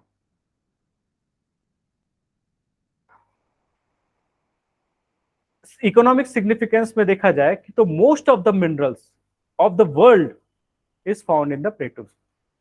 इतना बड़ा इंपॉर्टेंस है, ठीक है। The extraction of the minerals in plateau is relatively easier as compare to the mountains. Extraction easy है। जो जो मिनरल रिच कंट्रीज है, unfortunately they are technologically poor. जो जो मिनरल रिच स्टेट्स है इंडिया में, unfortunately they are economically poor, so they don't have that much technology as well as they don't have that much economic बोला चाहिए viability that they can exploit everything। तो वो लोग के पास technology ज्यादा बड़ा नहीं है, उनको नॉर्मली खोद खाद के निकालना है। तो अगर वैसे ही करना है तो वो आराम से कर सकते हैं, क्योंकि प्लेटूज आर इजियर। प्लेटूज को निकालना बहुत इजियर है। वेस्टर्न ऑस्ट्रेलिया में जो गोल्ड का है वो भी प्लेटू से निकलता है। कॉपर, डायमंड, गोल्ड का जो ये है माइन है, वो भी अफ्रीका के प्लेटू से आता है। कोल, आयरन, मैंगनीज, माइका जो है छोटा नागपुर प्लेटू से आता है। तो व्हाट वी कैन सी कि जो जो प्लेटूज हैं वो बहुत काम के हैं हमारे।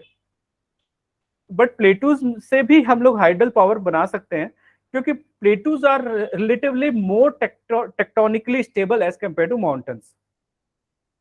अब बताओ, कोई हाई राइज बिल्डिंग है ऐसा, और कोई ऐसा बिल्डिंग है, कौन सा ज्यादा स्टेबल है अर्थक्वेक से?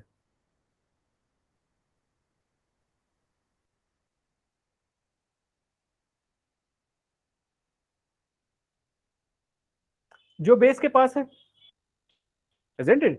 द जिसका भी हाइट ग्राउंड के पास है वो बचा रहेगा जितना, क्योंकि क्या है, ये ज्यादा बेंड होगा, ये ज्यादा बेंड होगा, ऐसे ऐसे करके बेंड होगा, ठीक है ना। तो बताने का ये था कि माउंटेन्स जो होते हैं, माउंटेन्स में अगर आप डैम बनाते हो तो, और प्लेटूज में डैम बनाते हो, तो डैम कहाँ ज्यादा सिक्योर है, ज्यादा सेफ कहाँ पे है? माउंटेन्स में बनाने से ज्यादा सेफ है कि प्लेटूज में बनाने से ज्यादा सेफ है?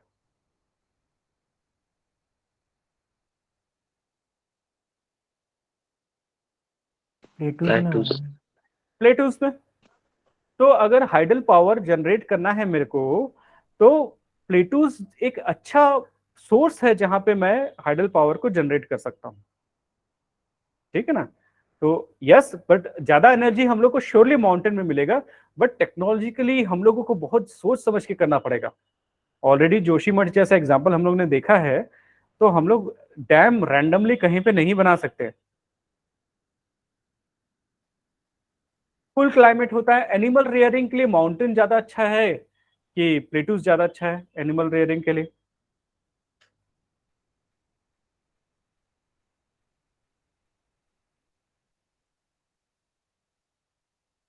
Plateaus sir.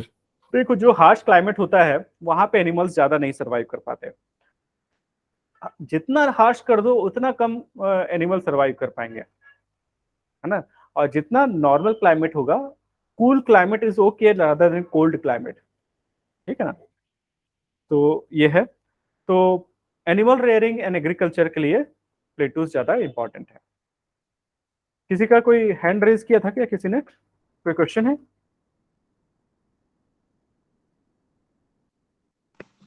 नहीं सर, गलती से। अच्छा, तो प्लेन्स पे आते हैं, ठीक है। प्लेन्स के बारे में समझते हैं। तो प्लेन्स क्या है? 1/3 of the world's land area जो है वो प्लेन का है। तो मैं अगर मैं एरिया के हिसाब से हायर टू लोअर पे जाऊं तो सबसे टॉप पे किसको रखूं, माउंटेन्स को रखूं, प्लेन्स को रखूं कि प्लेटूज को रखूं? सबसे बड़ा एरिया किसने ऑक्यूपाई करके रखा हुआ है? Plains. Plains. And it is good news और इट इज बैड न्यूज?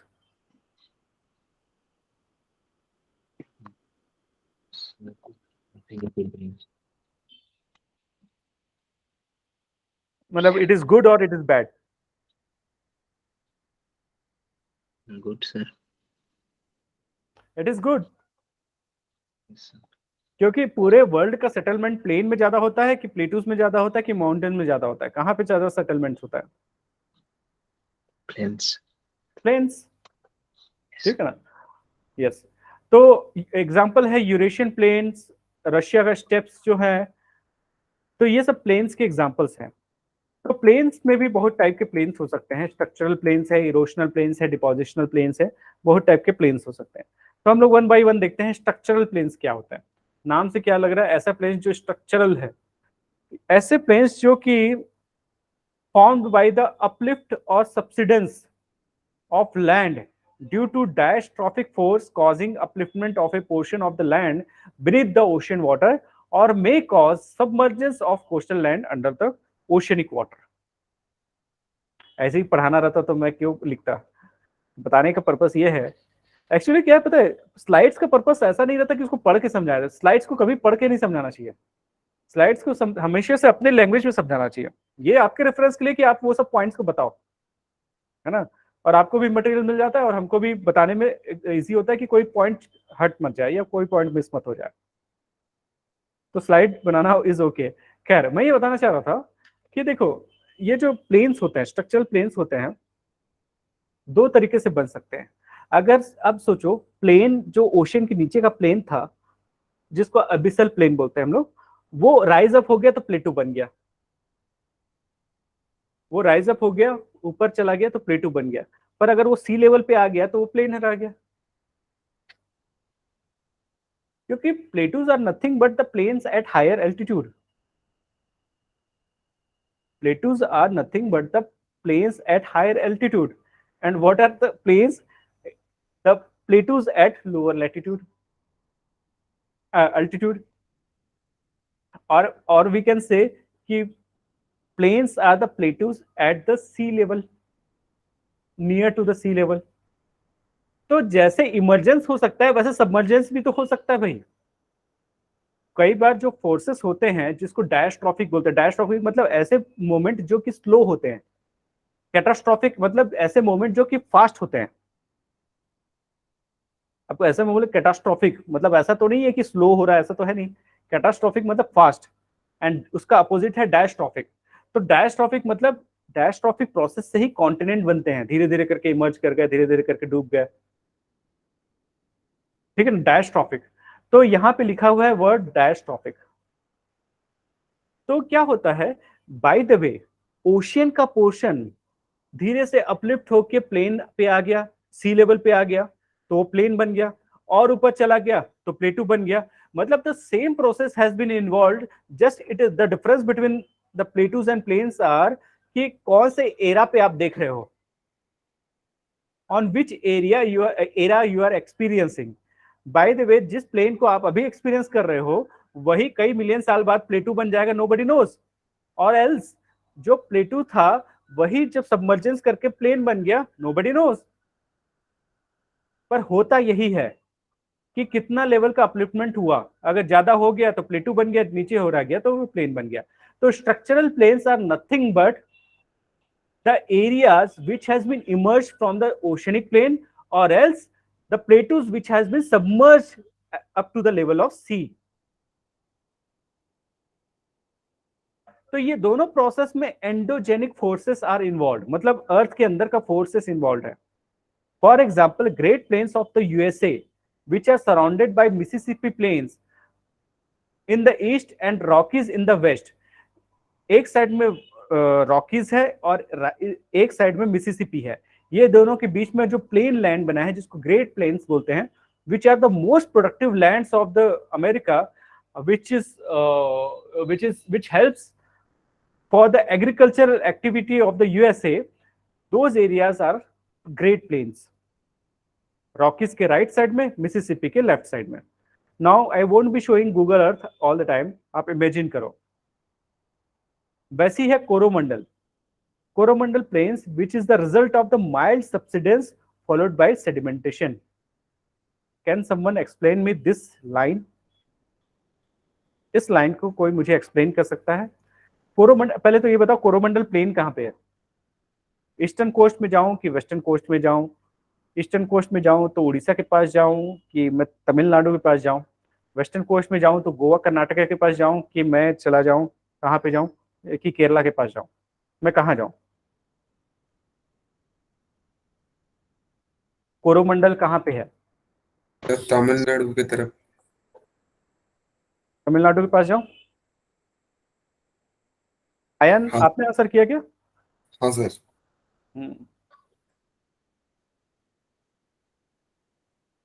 मैं टेढ़ा हूं तो ये भी हिल्स भी मेरे टेढ़े बन रहे हैं। अच्छा देखो, ये इंडिया है ना, ये इधर इंडिया, ठीक है। इंडिया में एक ये कोस्ट है, यहाँ से यहाँ तक, यहाँ से यहाँ तक ये कोस्ट है, यहाँ से ऐसे कोस्ट और यहाँ से ऐसे कोस्ट। तो ये पोर्शन को मैं कोरोमंडल बोलूं कि ये पोर्शन को कोरोमंडल बोलूं?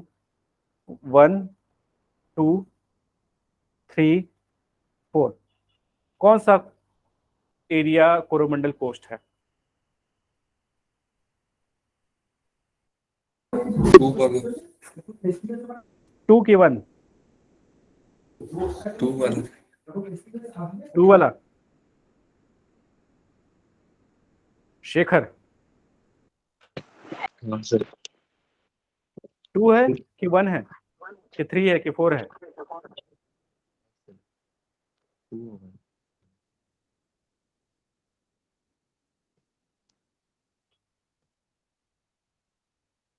अच्छा, मैं अगर उत्कल कोस्ट बोलूं पूरा या नॉर्दर्न सरकार बोलूं तो मैं कौन सा एरिया पे जाऊं?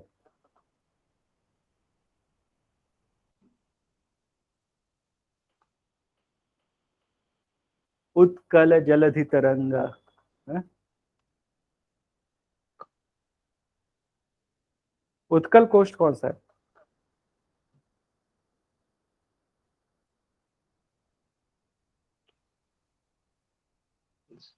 कावेरी। मेरे पास 4 नेम है, मैच मेकिंग करो। कोरो मंडल, अब डिपेंड करता है, बंगाल से है तो बॉन्डल लिखूंगा मैं, कोरोमंडल। सेकंड है उत्कल, ज्यादा ही टेढ़ा रहा, रुको थोड़ा सा, ज्यादा आलस आ जा रहा है, रुको अच्छे से लिखता हूँ। हाँ, कोरो मंडल, सेकंड है उत्कल, थर्ड है मालाबार, हाँ सर, फोर्थ है उत्कल तो कोंकण। हाँ, अब मुझे बताओ इसमें से फर्स्ट 1 नंबर किसको दूं मैं? Sir Utkal. 1 number Utkal. Second किसको दूं? कोरोमंडल। कोरोमंडल। थर्ड किसको दूं? आई थिंक सर ये होगा आपका 3 मालाबार। फोर्थ किसको दूं? अच्छा, आपको क्या बताओ, कोंकण है ना? तो इज इट करेक्ट अश्मिता? ये करेक्ट है? सर मालाबार कोंकण 3-4 है वो पता है, लेकिन I am confused with them. Yes it is true, ये करेक्ट है, ये जो दिखा है ये करेक्ट है। उत्कल कोस्ट जो है उड़ीसा वाला जो है ना, उत्कल कोस्ट है ना। मालाबार कोरोमंडल जो है तमिलनाडु आंध्रा का कोस्ट। कोंकण कोस्ट तो हर कोई जान रहा होगा, कोंकण रेलवे भी है, मुंबई गोवा वाला रूट है, ब्यूटीफुल एरिया है। चेन्नई एक्सप्रेस वाला जो रूट दिखाता है, दूध सागर वाला एरिया जो है, दैट इज कोंकण। मालाबार जो है वो केरला वाला जो कोस्ट है, दैट इज मालाबार, ठीक है ना। तो हम लोग we are talking about Coromandel plains. तो कोरोमंडल प्लेन्स अगर मैं बोल रहा हूँ तो मतलब कौन सा समझ गए होंगे कौन सा प्लेन है? तो ये कोरोमंडल जो प्लेन है ना, उसमें क्या हुआ, सब्सिडेंस हुआ, मतलब इंडिया का ये वाला जो पोर्शन है थोड़ा सा नीचे धंस गया, सब्सिडेंस हुआ। इसके बाद उसमें सेडिमेंट्स आ गए, क्योंकि इसी जगह पे गोदावरी कृष्णा रिवर है, पता है कि नहीं, गोदावरी कृष्णा कावेरी इसी जगह पे है ना। तो यहाँ पे सब्सिडेंस हुआ और सेडिमेंटेशन हुआ, सब्सिडेंस हुआ और सेडिमेंटेशन हुआ। तो जिसके कारण से क्या हुआ, वो प्लेन बन गया, और वो प्लेन बन के हमको जो प्लेन बना वो स्ट्रक्चरल प्लेन है ना। आपको मैं एक इमेजिन करवाता हूँ एक चीज को, आपको समझ देखोगे तो बहुत अच्छा लगेगा आपको।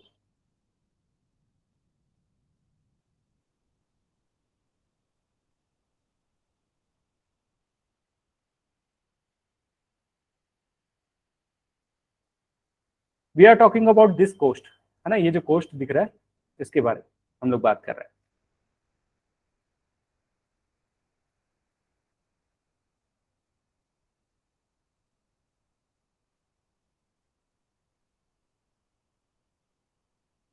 अब ये सोचो, ये जैसे कोस्ट दिख रहा है ना आपको, इस तरीके से निकला हुआ ऐसा कोस्ट दिख रहा है, ये जो इतना एरिया जो क्लेम किया हुआ है या रिक्लेम हुआ है, ये रिवर इसको डिपॉजिट लाके इतना बड़ा एरिया एक्स्ट्रा बना दिया, ऐसा नहीं लग रहा है। एक्चुअली ये जो एरिया था यहां से यहां तक रहा होगा ऐसा, बट रिवर के डिपोजिशन के कारण से ये एरिया, ये वाला area and this area, just because of the sedimentation ये ऐसा निकला हुआ है। Here also you can C sedimentation के कारण से ऐसा हो गया, अदरवाइज ये ऐसा रहा होगा। मतलब और सेडिमेंटेशन होगा तो ये और इधर तक आ जाएगा। तो ये जो प्लेन है, ये पूरा प्लेन जो आपको अभी दिख रहा है, ये यहां से यहां तक, ये गोदावरी है, ये कृष्णा रिवर है। अब व्हाइट क्यों दिख रहा है भाई, सेडिमेंट्स लेके आते हैं तो यहाँ पे भी डिपॉजिट करेंगे ना ये लोग। Can you see this Krishna river and this one is Godavari river.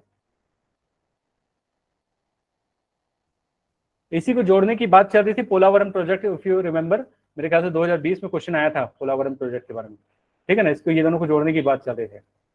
तो ये पूरा एरिया देखो, इस एरिया का प्रॉपर्टी देखो, ये थोड़ा सा brownish and whitish, brownish greenish दिख रहा है, और ये पूरा ग्रीनिश दिख रहा है, ये वाला जो एरिया है पूरा ग्रीनिश दिख रहा है ना। तो ये पूरा एरिया, ये हो सकता है ये ओशन के अंदर में रहा हो, और रिवर यहाँ से ट्रेन यहाँ पे विजयवाड़ा के पास, और ये राजा महेंद्रवरम के पास, यहाँ पे ये खत्म होती होगी रिवर।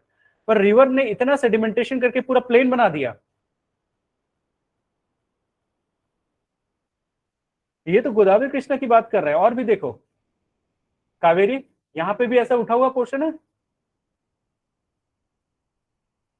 ये कावेरी रिवर। यहाँ पे भी जाओ देखो, ये पूरा बांग्लादेश, इसी रिवर ने गंगा ब्रह्मपुत्र ने पूरा बांग्लादेश बना दिया। ये ब्रह्मपुत्र, ये गंगा, ये अलग से दिख रहा है, ये वाला पोर्शन निकला हुआ। ये रिवर इसने अपना ये बनाया, एज बनाया, इसने भी अपना एज बनाया। जहां जहां पे रिवर्स है उसकी एज दिख रही है आपको। ये रिवर जो है महानदी रिवर है, यहाँ पे दो पार्ट में सेग्रीगेट हो जाती है, तो इधर पे भी हो रहा है, इधर पे भी हो जा रहा है। तो ये एरिया जो है, इसमें क्या हुआ होगा देखो, अब समझ आएगा आपको उसका आंसर से, कि माइल्ड सब्सिडेंस हुआ, मतलब हो सकता है कोई हिली एरिया होगा, थोड़ा सब्सिडेंस हो गया, उसमें सेडिमेंटेशन आ गया। अब देखो कैसे हम लोग बोल सकते हिली एरिया था और वो सब्सिडेंस हुआ और उसके बाद सेडिमेंटेशन हुआ, क्योंकि मैं अगर यहाँ पे और क्लोजली ऑब्जर्व करूं इस एरिया पे, इस एरिया पे आपको दिख रहा है ब्राउनिश पैच, तो ये काइंड ऑफ हिली या माउंटेन टाइप का एरिया होगा जो कि सब्सिडेंस हो गया और इसमें सेडिमेंटेशन आ गया, है ना। ये कोई ऐसा कोई, मतलब मैं कोई अलौकिक बातें नहीं कर रहा हूं, ये जो है ये एक्चुअल में हुआ है ना, कोई इमेजिनेशन नहीं है, this is the reality, it has happened, ठीक है ना। इस तरीके से चीजें होती हैं ज्योग्राफी में। तो कोरोमंडल कोस्ट जो है स्ट्रक्चरल प्लेन का एग्जांपल है। ठीक है ना, structural plain. Then erosional plains. Erosional plains नाम से लग रहा है, चाहे माउंटेन ले लो, चाहे प्लेटू ले लो, इरोड कर दिए, पूरा इरोड हो गया, खत्म हो गया, तो बच गया जो है वो प्लेन है। अब अगर बड़ा सा माउंटेन, हाई माउंटेन, जिसका सारा इरोड हो गया, बस एक आध ऐसा पीक रह गया जो कि थोड़ा सा रेजिस्टेंट है, नहीं इरोड हो रहा है, बट मोर और लेस प्लेन है, तो उसको भी हम लोग प्लेन बोलते हैं। बट ऐसे प्लेन्स जिसमें बीच बीच में कुछ पीक्स दिख जाते हैं छोटे मोटे, उसको बोलते हैं पेनी प्लेन्स। पेनी प्लेन्स और नॉर्मल प्लेन्स में बस इतना डिफरेंस है कि पेनी प्लेन्स पहले हायर माउंटेन था, जो इरोड हो गया, जो थोड़ा सा बच गया ऊपर, अंडुलेटिंग सरफेस बच गया, उसको हम लोग पेनी प्लेन्स बोल रहे हैं। They are almost like a plain, like for example Niagara plain in the USA, या Lorraine in France and southern England plain are the example of peneplains. So in millions of years, higher mountain can get reduced to the undulating plains. Undulating मतलब जो ऐसा ऐसा ऐसा ऐसा plains. And it is due to the agent of erosions. तो इरोशनल plane का एक और रीजन हो सकता है ग्लेशियर के कारण से। ग्लेशिएशन के कारण से भी बड़ा बड़ा पीक जो होता है वो राउंडेड हो जाता है, मतलब उसको पूरा एकदम चिकना विकना करके, जैसे पीबल्स दिखता है ना, जो आप लोग इसमें डालते हो, पॉट वगैरह में डालते हो, पीबल्स जो रहते हैं गोल गोल से रहते हैं, जो आपके विक्टोरिया पैलेस में है ना, तो वैसे ही जो पीक्स होते हैं ना, उसमें अगर पानी जा रहा है तो वो राउंडेड हो गया, पत्थर जो है, स्टोन जो है राउंडेड हो गया।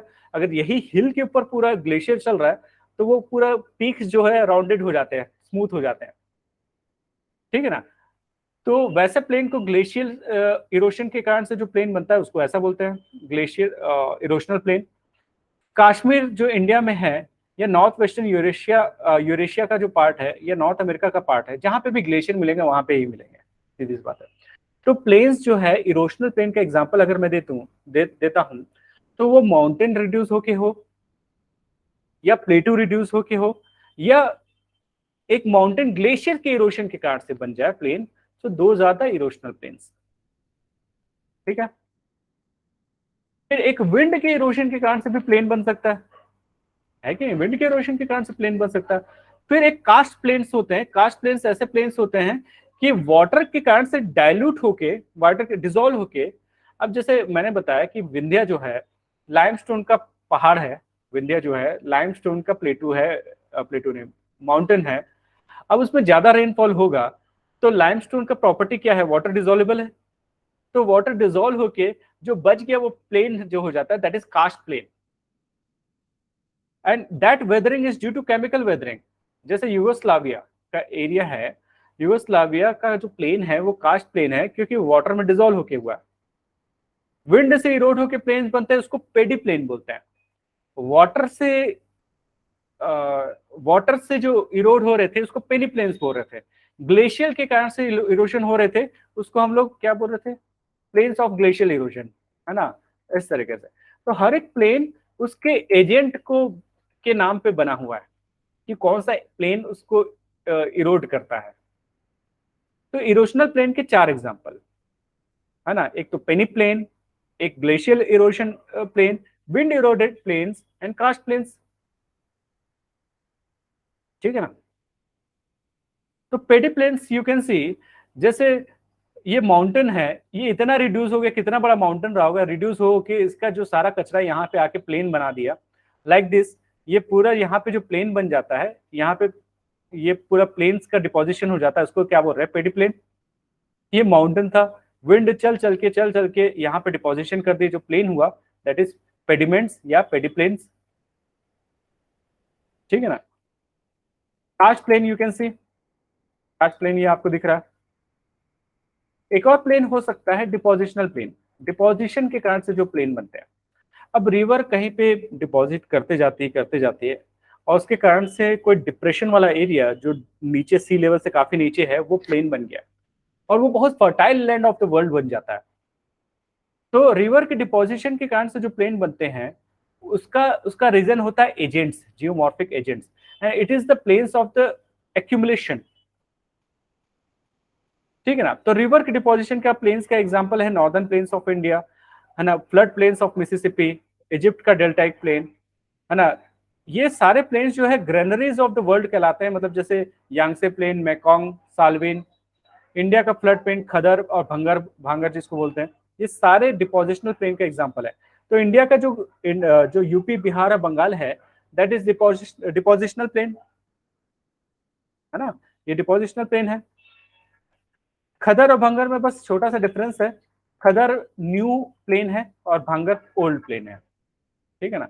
खदर में फाइन एलिमेंट ज्यादा है, भांगर में कोर्स एलिमेंट, मतलब मोटे मोटे सॉइल है, मतलब हार्ड सॉइल है थोड़े से। खदर सॉइल ज्यादा फर्टाइल होता है, भांगर सॉइल कम फर्टाइल होता है। तो जैसे ये रिवर जा रही है, ये रिवर जा रही है, रिवर अपने साथ सेडिमेंट साइड साइड में डिपॉजिट करते जाती है। अभी हम लोगों ने गूगल अर्थ देखा, गूगल मैप देखा, तो उसमें आपको याद दिख रहा होगा ना, ब्राउनिश पैच दिख रहा था साइड साइड में, ब्राउन ब्राउन दिख रहा था। ये ब्राउन वाटर के कारण से तो ब्राउन दिखेगा नहीं, वो डिपोजिशन के कारण से ब्राउन दिखता है ना। अब इसके कारण से ऐसा, अब जैसे फ्लड आता है तो यहाँ तक डिपोजिशन होता है, यहाँ तक डिपोजिशन होता है, ये पूरे एरिया को फ्लड प्लेन बोलता है। मतलब जब भी फ्लड आता है, जिस लेवल तक डिपोजिशन, जितने दूर तक डिपोजिशन होता है, उसको फ्लड प्लेन बोलते हैं। और ये पूरा अलुवियल सॉइल का होता है, जिसमें से जो पास में होता है वो खदर होता है, थोड़ा दूर में होता है भांगर होता है। जो रिवर कोर्स के जस्ट बगल में है ना, वो दैट इज खदर, वो ज्यादा फर्टाइल होता है क्योंकि every year it is being replaced. और जो साइड साइड में है वो भांगर है, इधर इधर पे है जो भांगर है सॉइल जो है, ठीक है ना। ये है फ्लड प्लेन। तो this is depositional plain. Wind deposition के कारण से जो प्लेन्स बनते हैं, है ना, विंड डिपोजिशन के कारण से, एक था विंड इरोशन के कारण से, हम लोग ने देखा था। देखो दो चीज में डिफरेंस समझना। जैसे क्या है, एक माउंटेन था, विंड इरोशन के कारण से ये प्लेन बन गया, तो ये है पेडी प्लेन। बट इसका जो एलिमेंट है कहीं जाके डिपॉजिट हुआ, तो दैट इज डिपोजिशनल प्लेन। इससे जो प्लेन बना वो इरोशनल प्लेन है, और इससे जो प्लेन बना डिपोजिशनल प्लेन है। There is a difference. Pediplain wind के डिपोजिशन के कारण से जो बना था वो पेडी प्लेन नहीं है, सॉरी, विंड के इरोशन के बाद माउंटेन जो प्लेन बन गया, दैट इज पेडी प्लेन। अब विंड ने उसको कैरी करके कहीं जाके डिपॉजिट कर दिया, तो वो है विंड डिपोजिशन प्लेन। और उसको हम लोग एक और वर्ड बोलते हैं, दैट इज लोएस। तो लोएस एंड पेडी प्लेन में डिफरेंस ये है कि पेडी प्लेन सोर्स है जहां से डिपॉजिट आए थे, और लोएस प्लेन है डेस्टिनेशन जहां पे डिपॉजिट हुए वो। ये है दोनों में डिफरेंस, ठीक है ना। फिर है मरीन डिपोजिशन के कारण से जो प्लेन्स बनते हैं।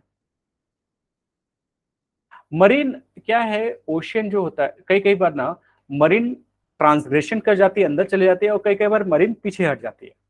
अब जैसे इस एरिया पे ओशन पीछे हट गया, होता है। ओशन क्यों पीछे होता है? क्योंकि लेवल ऑफ वाटर कहीं पे कम ज्यादा, या तो कभी सेडिमेंट्स ऊपर हो गए, ज्यादा हो गए। तो यहाँ पे कभी ये जो एरिया था सॉल्टी टाइप का था, अब ये पूरा एरिया रिक्लेम कर गया, रिक्लेम हो गया किससे? मरीन एरिया से। तो इसको बोलते हैं polder, a piece of land which has been reclaimed from the sea और लेक, है ना, इसको बोलते हैं पोल्डर। तो आज हम लोग जो पढ़े, हम लोगों ने माउंटेन, प्लेन्स एंड प्लेटूज के बारे में बहुत अच्छे से समझ लिए। If anyone is having any doubt, you can ask me, और एल्स वी कैन लीव।